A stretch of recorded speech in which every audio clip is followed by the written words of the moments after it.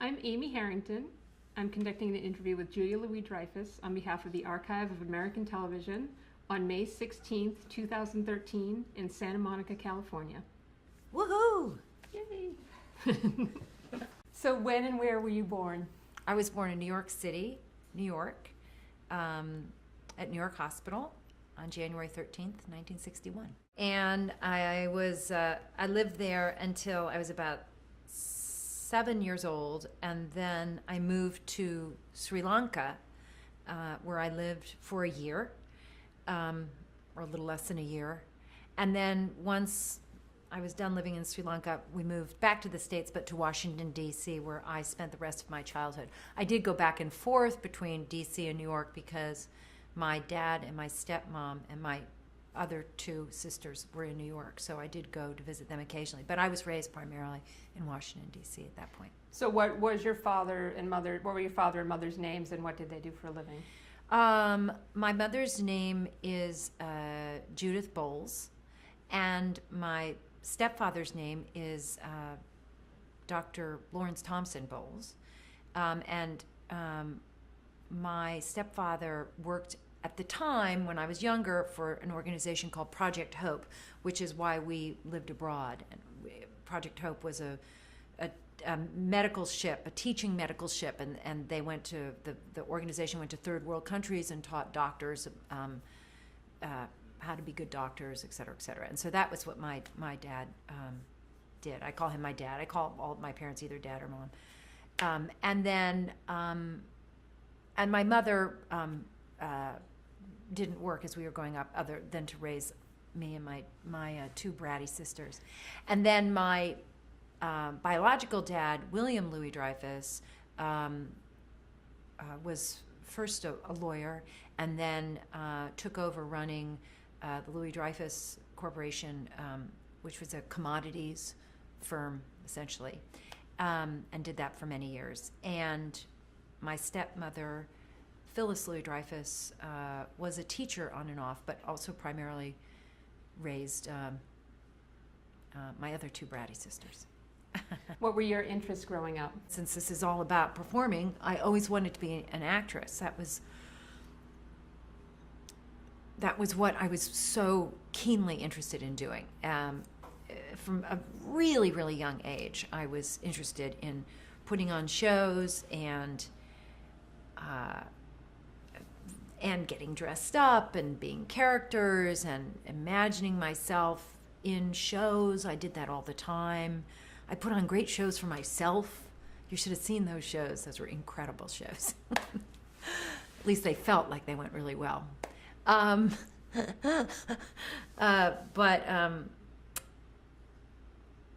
fact, growing up in D.C., we had a neighborhood, the group of kids in my neighborhood put on shows in the basement of our house, as a matter of fact. And we called ourselves the University Players. And we were also Julia and the Umbrella People at one point. And that was really fun. And we put on a lot of shows with, actually, Margaret Edson was my next door neighbor. And Margaret Edson is the Pulitzer Prize winning playwright who wrote Wit, and she was my next door neighbor. And we did Sorry, Wrong Number. That was our big, that was the biggest production we ever did, with sound effects and stuff like that, with all the kids in the neighborhood. Anyway, constantly putting on shows. That's what I was interested in doing. That and playing with Barbies, and then kissing boys once I became a teenager. What sparked your interest in acting so young, do you think? That's sort of probably a question I should be answering in a therapy session, but my guess is it has something to do with attention.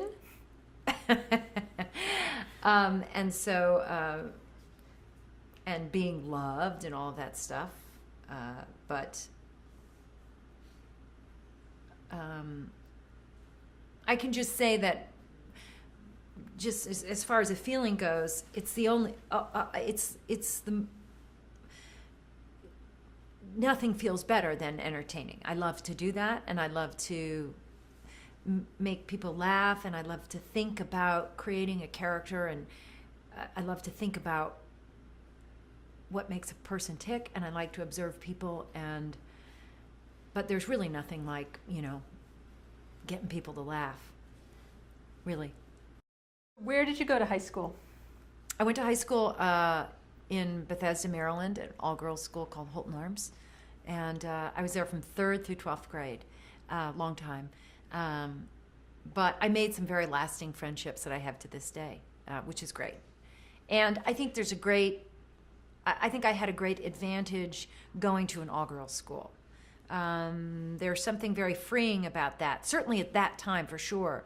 I mean, also, there are negatives to it, but I think for me, the positives outweighed the negatives in terms of single-sex education. I think I did things, and I was a leader in that school in a way that I would not have been if boys had been around. There's something about taking control of a situation that as a teenage girl you might not be as likely to do if there was a boy around, because you want to sort of defer to the boy, make him feel powerful, because you want to be, all of that kind of crazy thinking, or instinct, I should say, which isn't necessarily so healthy. So I think that, so that was a great, there were great things were happening for me there as a result of being in an all-girls school. After you graduated high school, where'd you go to college? I went to Northwestern University, and that was I applied early decision. I was dying to go there. I visited the school and fell in love with it, and it's a good thing I got in, because going there changed my life in a gazillion ways.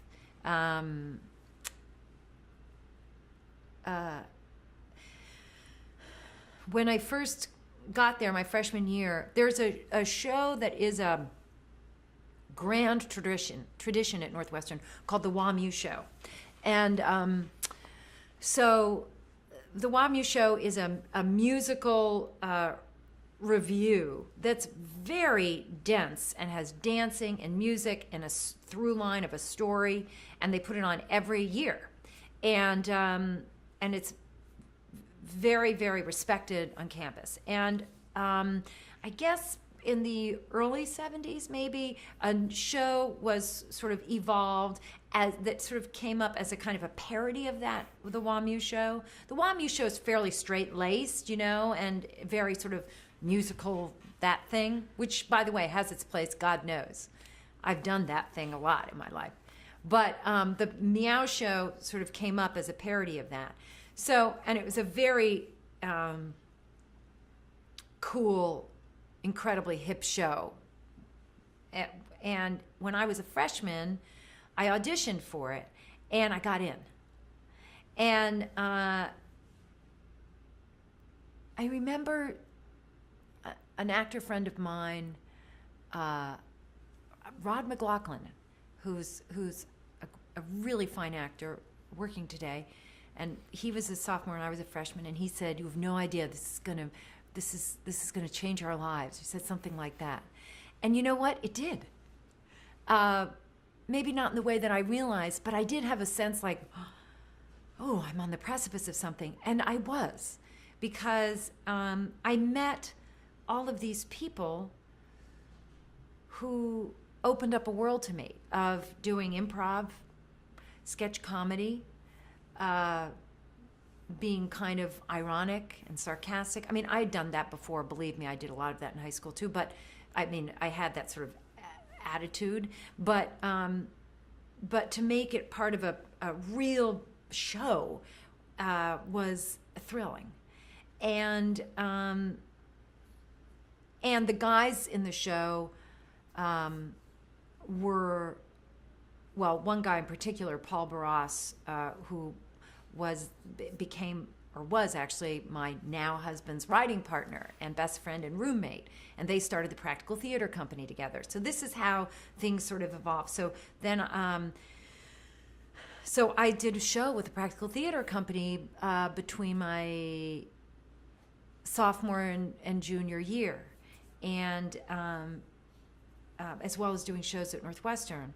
And it was really exciting. It was just at the John Lennon Auditorium space in in Chicago, or I guess in Evanston, really. But and just things started to open up, and then I, for some reason, decided I was going to audition for Second City. So I went and I auditioned for Second City, and I got in. And so then I joined Second City, and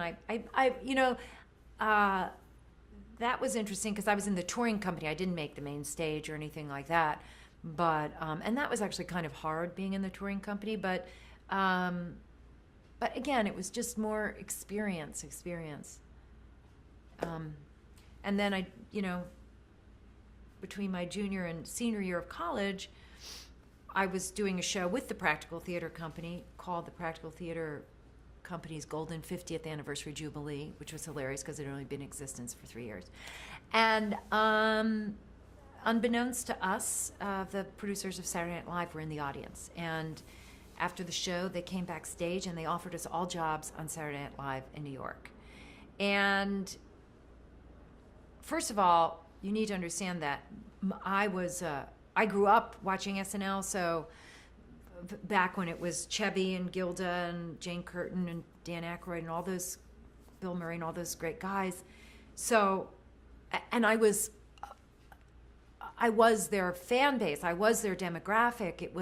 And there'd been nothing like it that spoke to my generation that was on television at that time. I mean, really nothing. So it was irreverent and in a way that was just, unheard of on network television. And so then then all of a sudden, just a few years later, be cast in the show was just like trippy. And so off we went to New York. I was cast, and Brad Hall was cast. He was my boyfriend then. Now we're married. Gary Kroger, and who's also in the cast. And then Paul Barras, who was Brad's writing partner, was hired as a writer on Saturday Night Live. So what was the state of the show at that time? Well, the state of the show was not what I expected it to be. It had, Lorne Michaels wasn't there anymore. So it was being run by a whole new set of producers. And it was a little bit, it was somewhat tumultuous. And it was not a female-friendly environment at all. And also, I was as naive and green as they come. I mean, I just figured, oh, wow, we're gonna just all work together and we'll come up with sketches and then it'll be so much fun and we'll put them on the air. And I was very much in sort of the collegiate. I didn't go in there with a whole bag full of characters and voices and sketch ideas to sort of, rely on. I didn't go in with anything like that except maybe one character. And so I had no idea what I was doing. And also, honestly, there were a lot of drugs at the time. And I wasn't really aware. I mean, I knew that people were behaving strangely and that sketches were 25 pages long when they should be 3 pages long. It's like, I don't know where he gets all this energy from. I had no idea. I was very, very naive about all of that stuff. I grew up very quickly, and it was a great experience in the sense that I learned how to do live television. That's not an easy feat, to figure that out. And I kind of, I woke up quickly and learned a lot of things about the business that it was kind of a graduate school and how it all, no, it wasn't graduate school, it was real life. I really learned, how the business works in a lot of ways. And so it wasn't the fun that I thought it was going to be. But that's okay. I learned a lot. And I also learned about, going to that place of having fun is where your best material will always come from. So I left Saturday Night Live with the thinking that I'm never going to do another job unless I'm really having fun doing it. because I didn't come out of that show a star. I didn't come out famous. I didn't come out with movie deals. I came out looking for a job. I was on it for 3 years. But I do very vividly remember thinking, this isn't worth it to me unless I'm having a good time.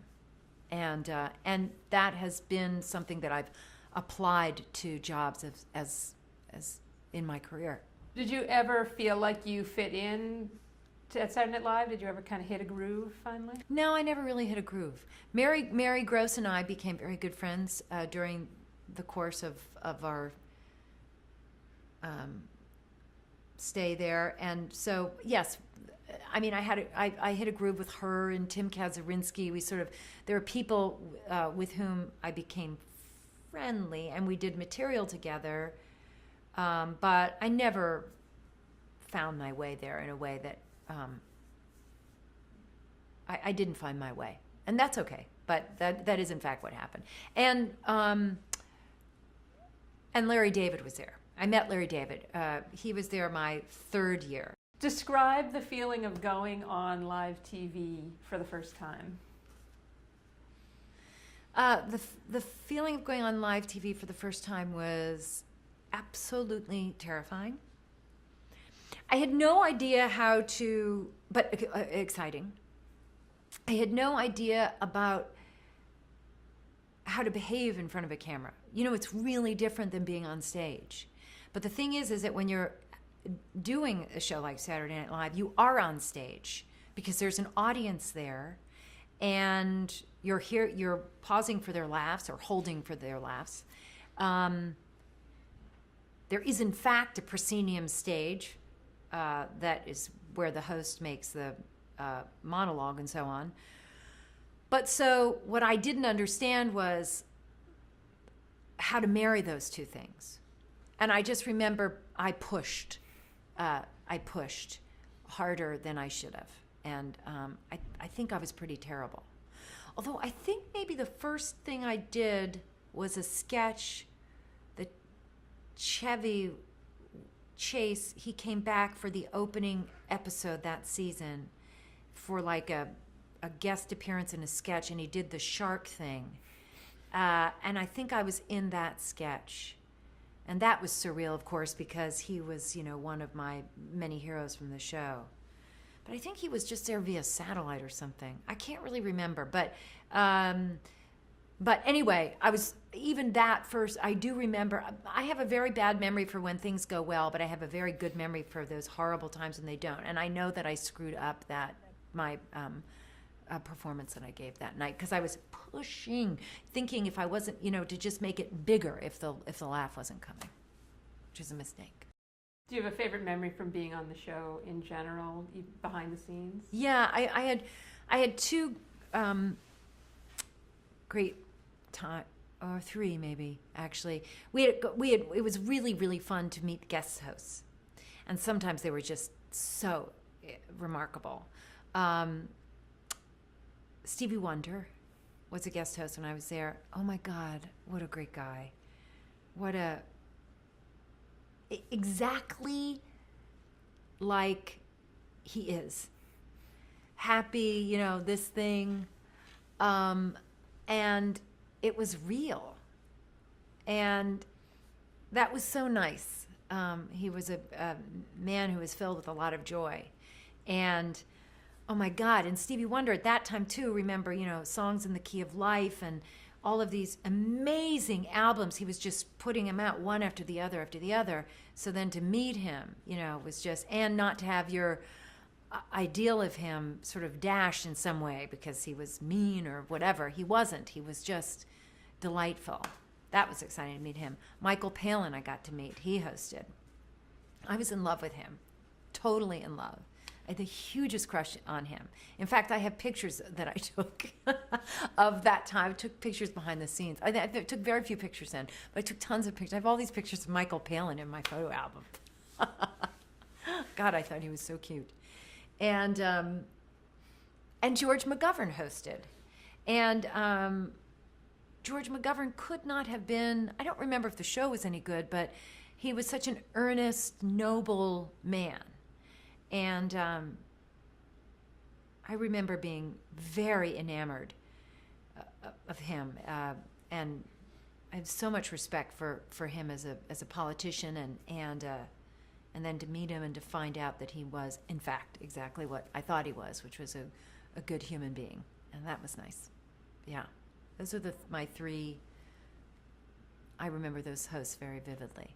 We had tons of other hosts come through, but you know who was a host when we were there? Was Drew Barrymore. She was a little girl, and it was around ET time. And she came and she hosted as a little girl. God almighty, am I getting old? But anyway, she was a little girl, and she hung out with us a lot. My husband, but he was my boyfriend then, Brad, is really good with kids and loves kids. And so she sort of glommed on to Brad and me, and she would just play and hang out. And I mean, she was little, man, tiny. And it's funny because I ran into her a couple years ago at the Globes or something, and she had really fond memories of hanging out and playing in our offices and stuff. And I thought, God, that is incredible. But anyway, there you go. So when and why did you finally leave SNL? Well, let's see. I left because I wasn't fired, but I wasn't asked back. And Dick Ebersol and company left. And so they cleaned house. Nobody else was sort of brought back after that. They got a whole new cast. And I just assumed that would be, there wasn't like a grand moment or anything. It just sort of kind of happened. I did it from 82 to 85, and then that was it. I don't have a memory of thinking like, oh, are they going to call me back or anything like that. But so, yeah, then I was in New York and looking for a job. You did go back to the show in 2006 and 2007 to host. Yes. So what is it like returning as a host? Well, it was the exact opposite of what it had been like when I was back there in the cast so many years before. It was fantastic going back to host. It was totally a different, first of all, I went back with all of this experience and all of this knowledge, knowing now what I should have known back then. So we'll start there. Then, of course, it was being run very well by Lorne. It was very female-friendly. When I went back, Tina Fey was a head writer. Everybody in the cast was, it was very congenial, and it was just a completely different vibe. And I knew a lot going in. I knew what I needed to do coming in. I knew that I needed to that I had to work on. I knew what I had to go in armed with. And so it was sort of nice. It was like it was the fantasy of being able to go back in time and almost relive things the way you wanted them to have happened. It had that quality to it. And what I didn't know until like a day before the show in 2006 went live was that I was the first female cast member ever to have been invited back to host. What? Yeah, crazy, but it was the truth. Subsequently, there have been a lot of people, but I was floored. But it was fantastic. But you see, I knew all that stuff. I had done live television, and I've had all now these years of experience of being in front of the camera. But having had the experience of being on SNL prior to going back to host was very, very useful, really crucial. Did you go in with ideas? Yes, I went in with ideas. Actually, what I did was I went in with ideas for the monologue, and that's very important as a host. And I knew that from having been, I had been on the show and watched hosts come in and sort of just rely on other people to come up with their monologue at the top. And I knew that was a little bit tricky. That can work, but it can also fall flat. So I worked on something prior for a while, prior to getting there that week. And then just having understanding, by the way, the routine there, the schedule has not changed an iota. An iota. It still even has on Wednesday is the read-through day. So Tuesday night, writers and cast members are there until 2 and 3 in the morning. That is a holdover from the drug days, because people would party and then, stay up late and work. And I mean, a holdover from the drug days of the 70s, even before my time. And that that schedule has remained in place. Can you imagine? But I remember being there 2006, so I'm in my 40s. I'm like, oh my God, you're kidding me. I have to be up until 2 o'clock in the morning. I mean, I can't work like this. But anyway, but I knew the schedule. I knew nothing had altered, and it was nice to go back and to be treated with respect, and that was really a very good feeling indeed. Yeah. You got cast on The Art of Being Nick. I left New York. I wasn't getting work in New York, and I moved to LA to try to get work. I moved out to LA for pilot season, which I don't even think there is a pilot season anymore but anyway, it was pilot season. And I did get a pilot. I got this show, The Art of Being Nick, which is a spinoff of Family Ties. And the show didn't get picked up, but I got noticed by Gary Goldberg, who's famous, of course, for creating Family Ties in Spin City. And he became a huge part of my life, Gary and his wife Diana, and in my husband Brad's life too. Brad and Gary worked together on a number of TV shows. But anyway, and then I guested on Family Ties, and then Gary was developing this show with Andy Borowitz called Day by Day, and I got cast on that show, which was fantastic. And that was also an NBC show.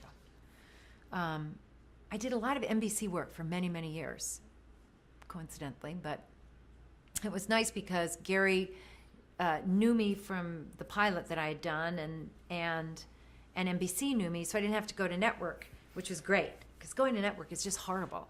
And so I just got this gig, and so off we did. 2 years of Day by Day on NBC. Yeah. So describe the character that you played. I was the next door neighbor who didn't like kids. And so, I'd come in wearing suits and being snarky, so I get to deliver these zingers and then get out. And that was fun. It was really really fun. And Thora Birch was one of the little children, and then she, of course, went on to become a big movie star of American Beauty. Amazing. So when you're creating a character like that, do you draw on people that you know in real life, or how do you create that kind of character? Well, that character was pretty broad, so I draw on my own sense of timing, on my bag of tricks, But that character wasn't based on anybody particularly that I know, but the snarkiness and the kind of dryness and the sort of toughness of that, there's a culture of that in my family among the women, and my grandmother was kind of like that. My grandmother was very funny, and my great grandmother was very funny, but my grandmother was kind of a glamorous but tough, and so I think probably there's there's kind of a black humor in our family, so maybe it comes from that. I don't know. In 1990, you were cast on Seinfeld. Yeah. So how did that come about? Okay, well, this is how it came about. I had, after I did Day by Day, first of all, was offered a deal by Warner Brothers Television to develop my own show. Right, incredible. And so I was in the process of doing that. And then, but the script for the show I was working with them on wasn't really what I wanted it to be. And so, and I had an out of the deal if I didn't like the material. And so I pulled out of the deal. And about 48 hours later, no kidding, I was approached by Larry that he had written these 4 scripts for this show, and would I read them, and et cetera, et cetera. So I read these 4 scripts. They were phenomenal. I didn't have a lot to do in 2 of them. And this is on the heels of trying to develop my own show, right? And I remember thinking, oh, I was just about to star in something myself, but this is so good. And then I went and I saw Larry, and I met Jerry. I had never met him before. And I only sort of, he was vaguely familiar, but I wasn't in the world of comedy and stand-ups and stuff, so I wasn't really familiar with his stuff.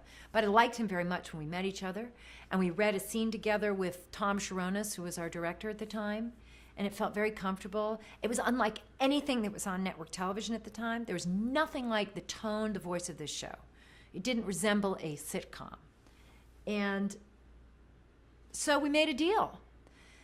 We made a deal over the weekend because they had done the pilot of Seinfeld, and then NBC had said, all right, look, we'll order 4. Real stamp of approval. It almost didn't make it.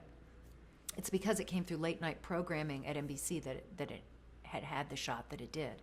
It's because of Rick Ludwin at NBC. That needs to be pointed out. And so we made the deal over the weekend, and then we started shooting it the following week. And I will tell you something that I've actually never said on camera before, but since this is being for the archives or whatever, Warner Brothers threatened to sue me because they claimed that I had breached my contract because they thought that I had read the scripts and pulled out because I'd read the scripts. But I really hadn't, even though I could almost see how they might assume that. But I honestly had not done that. And I was given advice to give the money back that they had given to develop. But I thought if I did that, it would imply that I had done something that was against my contract, that I'd broken my contract. And so I didn't want to. So I called Gary Goldberg, and I explained to him the situation. And by the way, it was scary because, I didn't really have any money. It was not a lot of money for starters, the development deal. But it was the money that I had made, and I wasn't famous, I wasn't powerful, and the studio was saying this to me. And I was scared, and I was being given legal advice to just give the money back. But my gut told me otherwise. And I remember calling Gary Goldberg and asking for advice and telling him exactly what I'm telling you. And he said to me, I don't respond well to bullying, he said to me. And that stayed with me. And so I said to my representatives, tell him no, just forget it. And then I held my breath because I thought they'd just come after me. But they didn't for some reason. It wasn't really worth it to them because, like I said, it wasn't a lot of money or anything like that. But also they would have had to, they didn't have a leg to stand on. But anyway, it just sits with me because I remember that moment as being, it was a sort of a pivotal moment for me. And Gary was very kind in giving me that advice. So anyway, that's just a side note. So then off we go and we make these 4 episodes, and we made them over at Renmar, which isn't Renmar the old Desilu Studios? I think that it is. And that was really cool to be on those sound stages where they shot I Love Lucy. And after we did the 4, I remember thinking, these are so good, they're probably too stupid to pick it up. I mean, it's too good for network television. And it's so off as far as what people are used to seeing, what audiences are used to seeing, that it probably won't make it. I mean, at that time, what was on the air? I don't know, Cosby and Jake and the Fat Man, I think, and Cheers. I'm not, of course, I'm not, I don't mean to disparage those shows. In fact, I'm not. I'm just saying that the tone of this show, Seinfeld, was nothing like those shows. And then it got picked up for 13 episodes. And then it began. So did they describe the show to you in any way besides giving you the scripts? Did Larry and Jerry give you a description of the series and the tone? And no, it was evident, I think, when I read it. I felt a I felt I had an innate understanding of what the tone was. And I can feel it too when I shot when we were rehearsing, and then ultimately we shot that first episode I was in. And Jerry says, you want to go out to eat? And I said, sure. And he says, where do you want to go? And I said, I don't care, I'm not hungry. Now, that isn't a very clear, that's particularly in those days not a really served up joke the way jokes were served up. But I remember in rehearsal, and this is a tiny thing, but meaningful to me anyway as an actress, that coming up with the idea of eating M&Ms as we were having this dialogue, and that they embraced that idea was very nice. So there was an immediate click that I felt with these guys, and we all felt with one another. Everybody was sort of adding layer on layer, and that was the truth. And that's true of any good show. You know, as the years goes on, you sort of, things get layered up real nice.